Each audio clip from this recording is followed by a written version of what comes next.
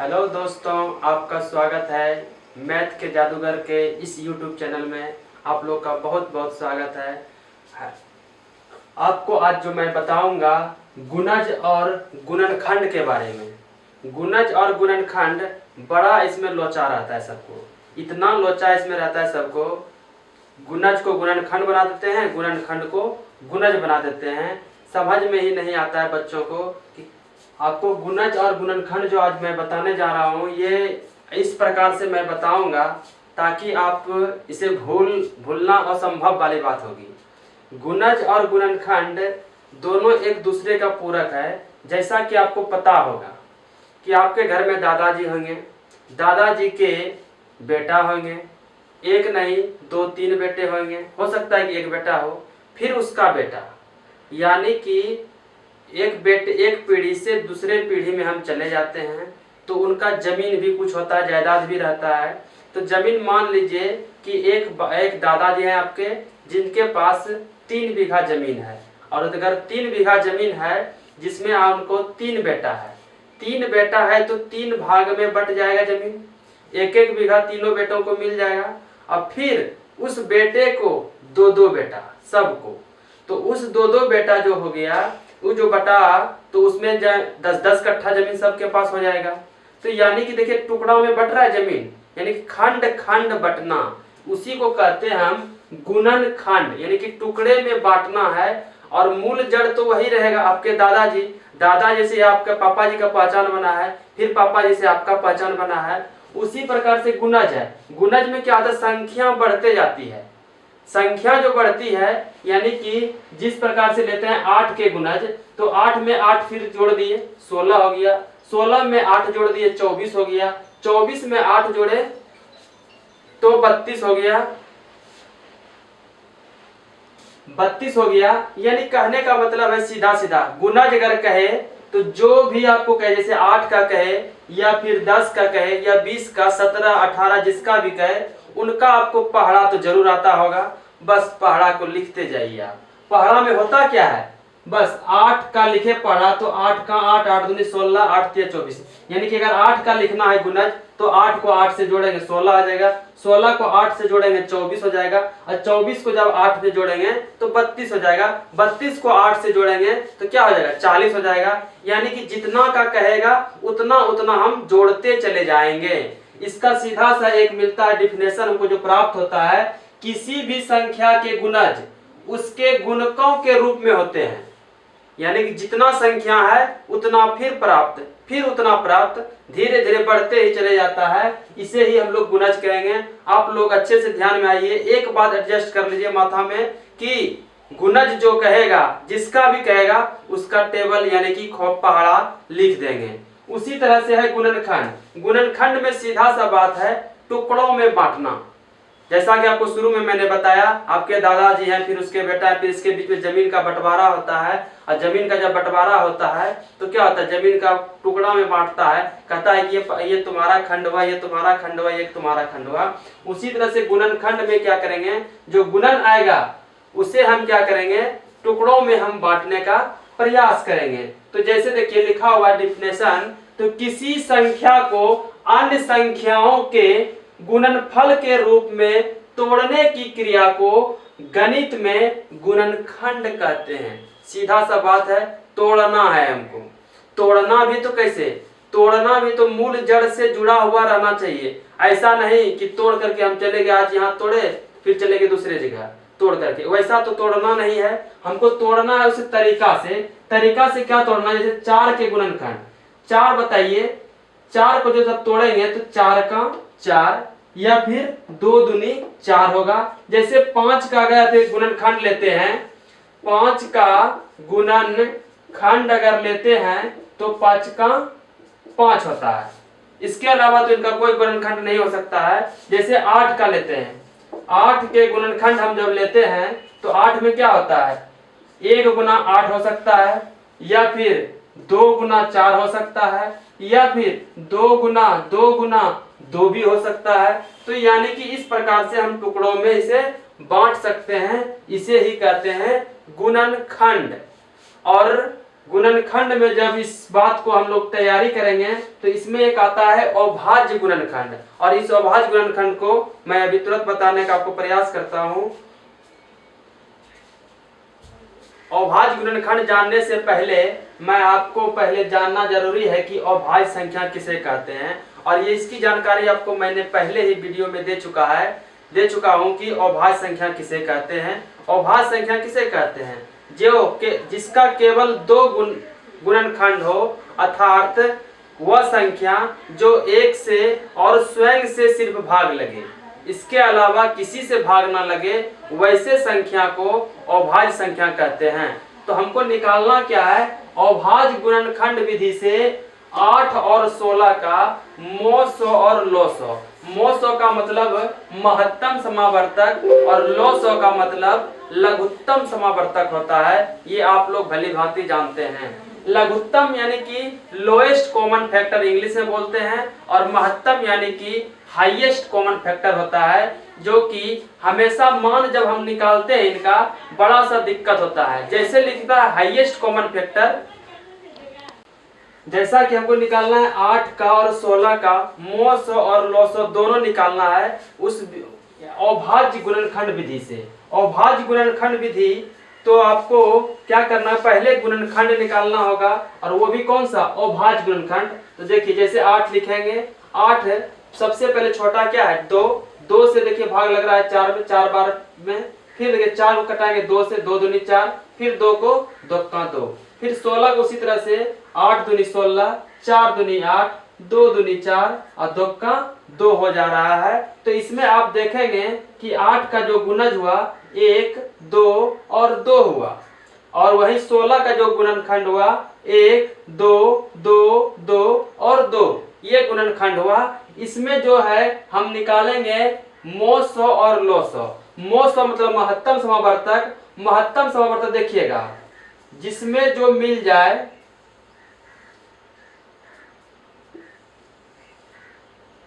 देखिए ये तीनों गुणनखंड जो है आपस में मैच कर गया, यानी कि इसमें भी है, 8 में भी है और 16 में भी है। तो 8 और 16 में जो है तो इसको आप लिखिए 8 और 16 का मोसो, तो 1 गुना 2 गुना 2, अर्थात 2 दूनी 4, 4 का 4, यानी कि इसका मोसो जो होगा 4 होगा। और वही लोसो 8 और 16 का लोसो होगा जो दोनों में मिला हुआ है उसको एक बार लिखेंगे। जो दोनों में मिला हुआ है उसको एक बार लिखेंगे, यानी देखिए 1 1 दोनों में है तो एक बार 1 लिख दिए, 2 2 दोनों में है तो एक बार 2 लिख दिए, ये भी 2 2 दोनों में है तो एक बार लिख दिए। अब बाकी जो बचा सबको लिख देंगे, जो भी बचा, ये दोनों 2 2 बचा है तो इसको भी लिख देंगे। तो 2 दूनी 4, 4 दूनी 8, 8 दूनी 16 और 16 का 16। इसका जो महत्तम लघुत्तम समावर्तक जो हुआ 16 हो गया। आप इससे जानकारी, इससे बड़ा से बड़ा भी आप निकाल सकते हैं। जैसे कह दिया जाए 225 और 500 का आप निकालिए मोसो और लोसो, तो सबसे बड़ा प्रॉब्लम ये हो जाएगा आपके पास में कि 225 का जो अभाज्य गुणनखंड विधि है, पहले ये भाग लगेगा कि नहीं लगेगा 2 से, या फिर 3 से लगेगा नहीं लगेगा। तो आपको याद होगा कि पिछले वीडियो में मैंने आपको बताया था कि 2 से भाग का नियम, 3 से भाग का नियम, 4 से भाग का नियम। तो पहले हम लोग चेक करते हैं, सबसे छोटी संख्या 2 है, तो देखिए लास्ट में तो यहाँ 5 है, 2 से भाग लगेगा नहीं, तो 3 से चेक करते हैं, 5 2 7 और 7 2 9 हो जा रहा है, यानी कि 3 के टेबल में है, तो 3 से इसको भाग देते हैं।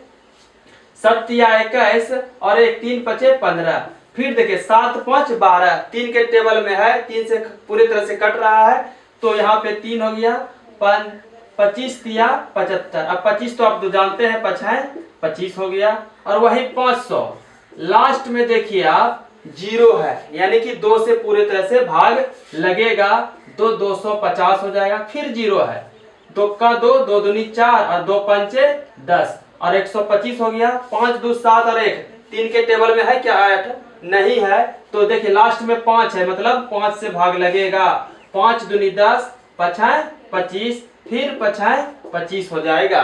तो आप क्या कर सकते हैं 225 को लिख देंगे और इसका कौन कौन सा गुणनखंड है तो लिखते हैं 3 3 5 और 5। और वही हम 500 का देखेंगे 2 2 5 5 और 5। दोनों में देखिए कौन सा कॉमन है, यानी कि समान रूप से दोनों में मिल रहा है। कौन कॉमन फैक्टर कौन कौन सा है तो ये देखिए दोनों 5 मिल रहा है और ये दोनों 5 मिल रहा है, यानी कि मौसो जो इसका होगा 5 गुना 5 तो हो गया 25। और लॉसो जब इसका निकालेंगे यानी कि लघुत्तम समावर्तक जब निकालेंगे जो पहले कॉमन है उसको निकाल लेंगे। 5 है इसमें भी 5 है तो 5 5 दोनों का एक एक 5 लिख दिए, बाकी जो बचा सबको गुना कर दीजिए। ऊपर में 3 है और नीचे 5 है 2 है 2 है तो 5 2 और 2। तो आप इसको गुना कीजिए। देखिए तो गुना करने का भी तरीका है। तरीका क्या है देखिए 5 दूनी 10 और 10 दूना 20 20 हो गया, उसको रहने दीजिए अभी। 5 है 25 25 हो गया, 25 दिया 75 और 75 और जोड़ ली इसको 75 दूनी 150 और 150 यहाँ पे हो गया और 5 दूनी 10 और 10 दिया 30 और 15 दिया 45 और 2 जीरो यानी कि 4500 इसका क्या हो जाएगा लघुत्तम समावर्तक हो जाएगा। तो अब से पहले मैंने आपको बताया अभाज्य गुणनखंड विधि। अब मैं आपको जो बताने जा रहा हूँ वो है भाग विधि। भाग विधि काफी आसान विधि है अभाज्य गुणनखंड विधि के मुकाबले। तो देखिए आपको जैसे पता है भाग विधि से क्या निकालना है लघुत्तम समावर्तक और महत्तम समावर्तक आपको निकालना है। तो लॉसो और मौसो तो 50 तो आप लिख, सबसे छोटा क्या है 50 और 75 में तो 50 है, 50 से 75 में भाग दे दीजिए। कितना टाइम में एक बार में भाग लगेगा। 50 का 50 10 5 में 0 गया 5 और 7 में 5 गया 2। इस फिर 25 से इस 50 में भाग दीजिए। तो कहने का मतलब 25 दुना 50 हो गया और ये पूरी तरह से कट गया।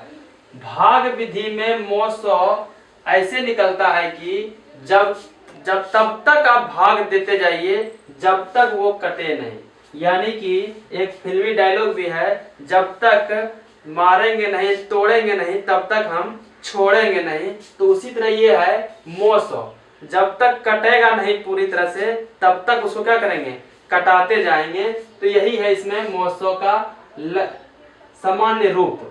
और इसी में हम लोग जब जानेंगे लॉसो निकालना तो सिंपल सा ऐसे बात है 50 और 75 को लिख देंगे। और देखिए फिर आपको ट्रिक काम आएगा यहाँ पे 2 से भाग का नियम 3 से भाग का नियम 4 से भाग का नियम, ये आपको फिर से काम में आएगा।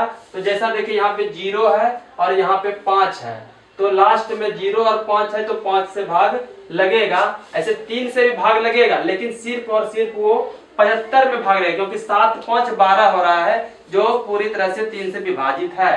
तो लेकिन इसमें तो भाग लग नहीं रहा है तो हम लोग लेंगे क्या 5 5 से दोनों में भाग लग रहा है। पर 10 पचे 50 और 25 दिया 15 पचे 75 होता है। और ये आप जानबे करते हैं कि 5 दूना 10 5 दिया 15। अब जो बचा बाहर में सबको क्या कर दीजिए गुना कर दीजिए।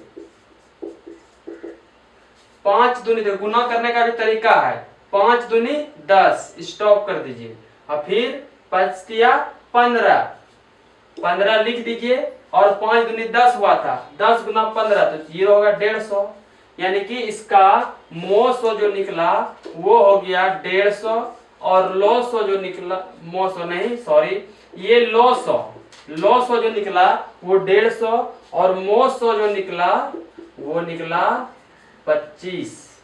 इसको हम लोग जाने इस प्रकार से जिस प्रकार यहाँ देखिए 33 और 99 है 33 से 99 में भाग देते हैं तो 33 दिया 99 होता है और पूरी तरह से एक ही बार में कट गया। मतलब ये 33 तक तो मौसो नहीं होगा एक बार में कटे चाहे अंत में जाके कटे, जिससे भी कटे वो क्या कहलाएगा उसका मौसो कहलाएगा। इसलिए ये इसका मो 100 हो जाएगा 33। और वही इसका जब हम लोग निकालेंगे लो 100 तो 99 और 33 का आप देखिए 9 9 18 होता है और 3 3 6 दोनों 3 के पहाड़ा में है तो 3 से देखिए 3 तिया 9 3 तिया 9 3 का 3 3 का 3। अब देखिए 11 के 11 का 11 तिया 33 11 का 11 3 गुना 11 गुना 3 गुना 1 बराबर 11 तिया 33 और 33 तिया 99 और 99 का ना 99 इसका क्या हो गया लो 100 निकल गया। तो आपको अच्छे से ये समझ में आ गया होगा मो 100 और लो 100 भाग विधि से, यानी कि सीधा सा फंडा है। इसमें फंडा क्या है मो 100 में यानी कि महत्तम समावर्तक में जब तक कटेगा नहीं तब तक इसको हम लोग छोड़ेंगे नहीं।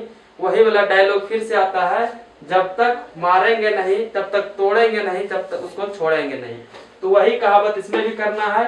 और भाग विधि में आप लोग सिंपल पहले भी पढ़े होंगे बचपन में भी इस विधि के द्वारा, लेकिन आपको पता नहीं है कि ये कौन सा विधि है। आज ये आपको जानकारी मिल गई होगी, ये है भाग विधि आपके लिए। तो आपको अब मो 100 और लो 100 निकालना। देखिए परीक्षा में तो ऐसे लिखा नहीं रहेगा, ये तो बोर्ड का परीक्षा है नहीं, आपको कंपटीशन का एग्जाम देना है और उसमें ये मायने नहीं रखता है कि आप किस विधि से बना रहे हैं और किस विधि से नहीं बना रहे हैं, उसे सिर्फ आंसर की जरूरत होती है।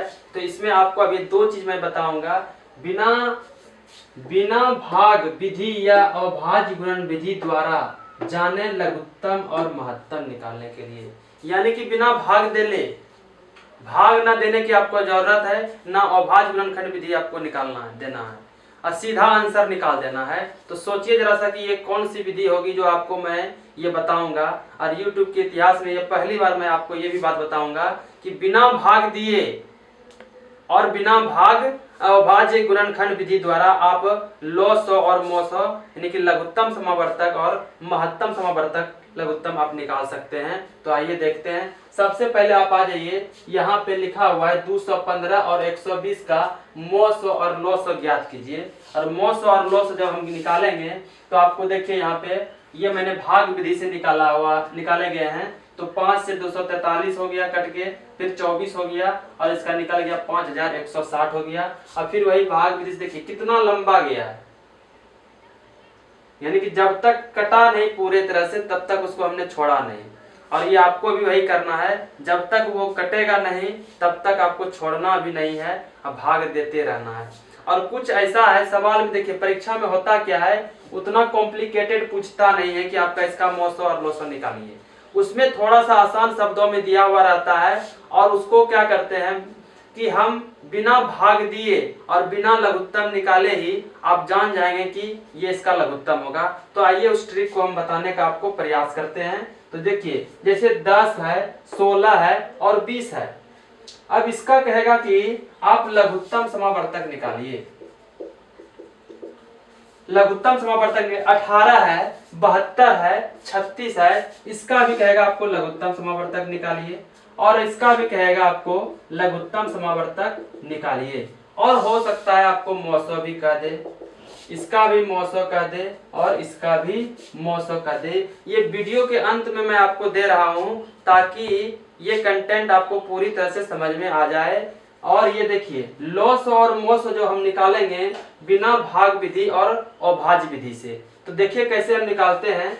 आपको 10 का टेबल तो आता ही होगा, 16 का टेबल आता ही होगा यानी कि पहाड़ा, और 20 का पहाड़ा आपको आता ही होगा।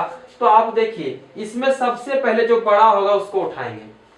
10 है, 16 है और 20 है, तो 20 को हम सबसे बड़ा है इसको हम उठाते हैं। और 20 का टेबल आप पढ़ जाइए, 20 का 20, 20 दूनी 40, 20 तिया 60, 20 चौक 80, 20 पंचे 100 पढ़ लिए। और इसी तरह से नहीं तो आप लिख लीजिए यहाँ पे। और 10 का पढ़िए, 10 का 10, 10 गुना 20, 10 तिया 30, 10 चौक 40, 10 50, 10 60, 10 70, 10 सटे 80, 16 16 16 32 16 43 16 14 16 15 80 16 पंचे 80। आपने क्या देख रहा है, 10 में भी 80 आ रहा है, 16 में भी 80 आ रहा है और 20 में भी 80 आ रहा है, यानी कि इसका लो 100 हो गया 80। आप निकाल के देख लीजिए, चेक कर लीजिए। अगर 80 नहीं होगा तब फिर आप हमको बोलिएगा, कमेंट कीजिएगा आप कि सर आप गलत बताए हैं। और फिर देखिए मो 100 कितना आसान है। मो 100 में एक्चुअली होता क्या है आप देखिए, इसको इस बात पे आपने कभी गौर नहीं किया है। गौर करने की बात इसमें यह है कि आप भाग दे रहे हैं, देते जा रहे हैं, भागते जा रहे हैं, भागते जा रहे हैं, किधर भागना है ये आपको पता ही नहीं है। और भागने का जब आपको पता रास्ता चल जाएगा तो आप क्या कर सकते हैं, आसानी से उसको निकाल सकते हैं। कहने का मतलब क्या है, वैसा संख्या इसमें ढूंढना है जो ये तीनों संख्या से भाग लग जाए। एक संख्या नहीं, तीनों संख्या से तो भाग लग जाए। अब देखिए इसे जोड़िए, 2 लेते हैं तो 2 देखिए 10 में भी भाग लग रहा है, 16 में भी भाग लग रहा है और 20 में भी भाग लग रहा है।